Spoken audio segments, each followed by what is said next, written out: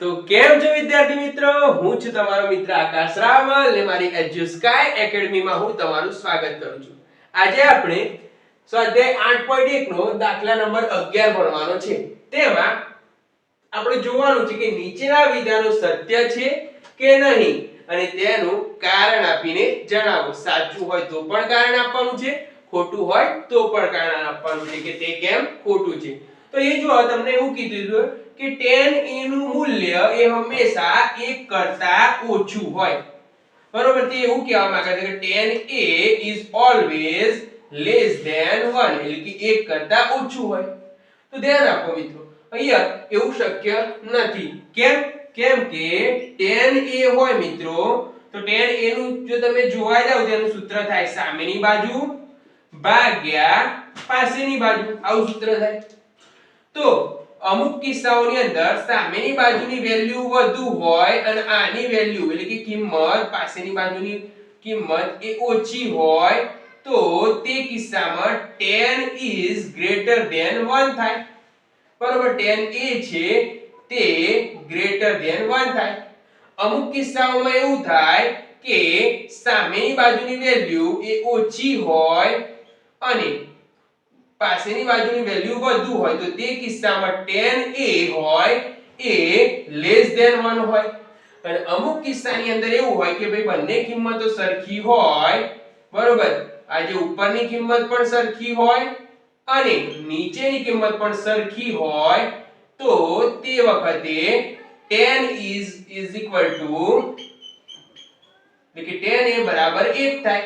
તો આ માટે ત્રણ સંભાવનાઓ ઊભી થાય છે, 1 2 અને 3. તો મિત્રો આ જે વિધાન હોય એ શું કહેવા માંગે છે કે હંમેશા 1 કરતા ઓછી હોય. તો આ વિધાન આ કારણોના લીધે વિધાન ખોટું છે.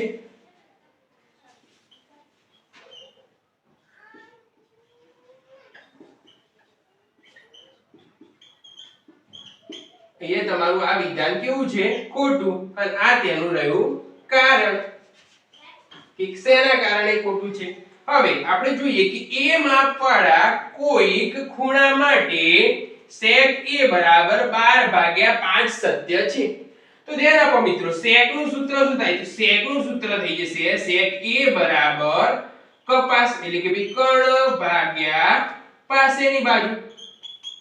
તો મિત્રો એ તમે જોશો તો sec નું સૂત્ર થઈ જશે કર્ણ ભાગ્યા પાસેની બાજુ. તો અહીંયા કર્ણ શું છે? તો ભઈ 12 છે અને એની પાસેની બાજુ હોય 5. તો તમે ત્રિકોણની અંદર જુઓ તો સૌથી મોટામાં મોટી બાજુ એ 12 હોઈ શકે, એની પાસેની બાજુ છે એ 5 હોઈ શકે, આ થીટા હોઈ શકે. તો હા મિત્રો, કર્ણની વેલ્યુ મોટી છે, પાસેની બાજુની વેલ્યુ નાની છે, માટે આ વિધાન સત્ય છે. કેમ કે કર્ણ અહીં વધુ કિંમત ધરાવે છે.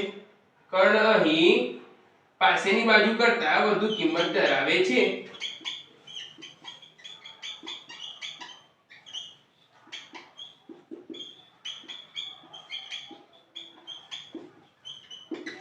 તો આ મિત્રો હવે ત્રીજા નંબરનું વિધાન જોઈએ.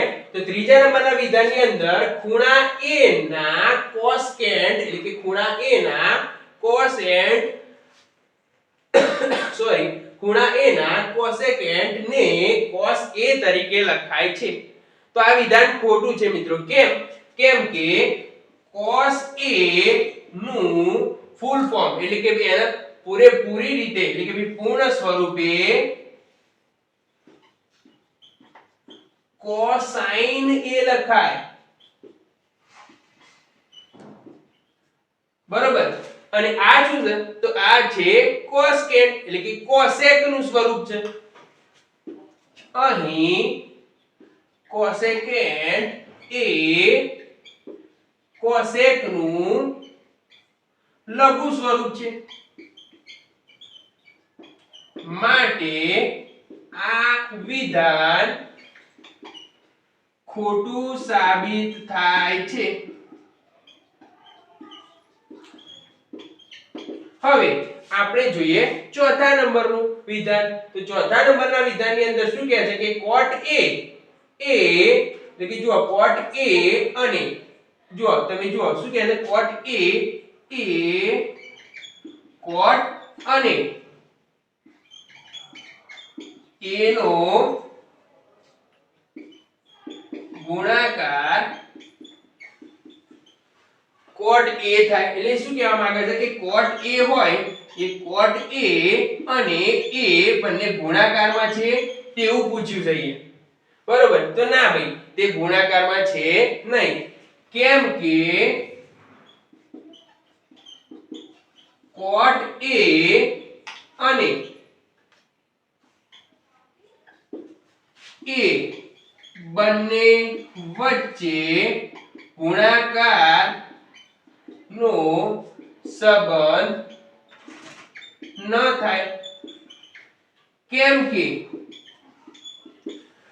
કોટ a માં ખાલી a નું એટલે કે કોટ a માં માત્ર a નું કોઈ ચોક્કસ અસ્તિત્વ ન થાય માટે વિધાન ખોટું છે બરોબર કેમ કે તમે જુઓ મિત્રો તો એ કોટ a એકલું લખીએ અને a ના લખીએ તો કોટ નું કોઈ એકલો કોઈ મતલબ થતો નથી અને એ જો કોટ ના લખીએ અને એકલો a લખીએ તો એનો પણ કોઈ ચોક્કસ મતલબ અથવા કોઈ વેલ્યુ થતી નથી માટે તો તમારું આ વિધાન છે ખોટું થાય છે કેમ કેમ કે કોટ a એ કોટ અને a નો ગુણાકાર કોટ a બનાવે છે એવું આપણને વિધાનની અંદર પૂછેલું છે હવે આપણે લાસ્ટ વિધાનમાં જોઈએ તો શું કહે છે થીટા માપવાળા આ તમારું અહીંયા વિધાન આ પૂરું થાય છે શું કહે છે કે થીટા માપવાળા કોઈ એક ખૂણા માટે sin થીટા બરાબર 4/3 શક્ય છે કે નહીં તે આપણે જોઈએ તો આ શક્ય નથી તો તેનું કારણ આપવું પડે તો અહીંયા લખી શકાય કેમ કે sin નું સૂત્ર થાય તો sin થીટા બરાબર સામેની બાજુ ભાગ્યા કર્ણ થાય મિત્રો અને હંમેશા પાસેની બાજુ અને સામેની બાજુ એટલે કે ધારો કે કોઈ ત્રિકોણ દોરો છો એ ત્રિકોણની અંદર કોઈ થીટા હોય થીટાની સામેની બાજુ અને પાસેની બાજુ કરતા કર્ણ હંમેશા કેવો હોય મોટો હોય બરોબર આ જે કર્ણ છે એ હંમેશા પાસેની બાજુ અને સામેની બાજુ કરતા હંમેશા મોટો હોય તો એ જો તમને અહીંયા સૂત્રની અંદર 4/3 કીધું છે તો જો અહીંયા કર્ણ કેવો થઈ જાય છે નાનો થઈ જાય છે સામેની બાજુ કેવી થઈ જાય છે મોટી જે શક્ય બનતું નથી કેમ કેમ કે કર્ણની વેલ્યુ હંમેશા ને હંમેશા પાસેની બાજુ અને સામેની બાજુ કરતા મોટી હોય તો એ લખું છું કેમ કે sin θ બરાબર 4/3 થાય જેમાં કર્ણ ની કિંમત એ સામેની બાજુ એ લખું છું કે જેમાં કર્ણની કિંમત એ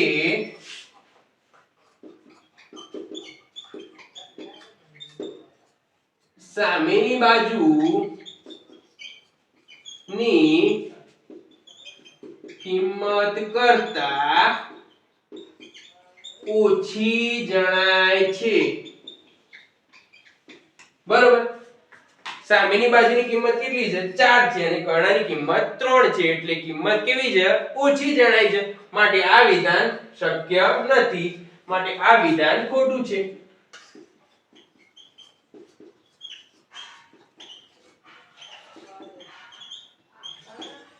તો આમ મિત્રો તમારા સ્વાધ્યાય 8.1 અહીંયા પૂરું થાય છે 11મા દાખલા સાથે આ વિડિયો જો તમને ગમ્યો હોય તો તમારા મિત્રો સાથે લાઈક કરજો શેર કરજો અને સબસ્ક્રાઇબ કરવાનું ભૂલતા નહીં અને આ જો તમારે દાખલા લખવા હોય તો વિડિયોની અંતમાં પોઝ કરીને લખી લેજો ધન્યવાદ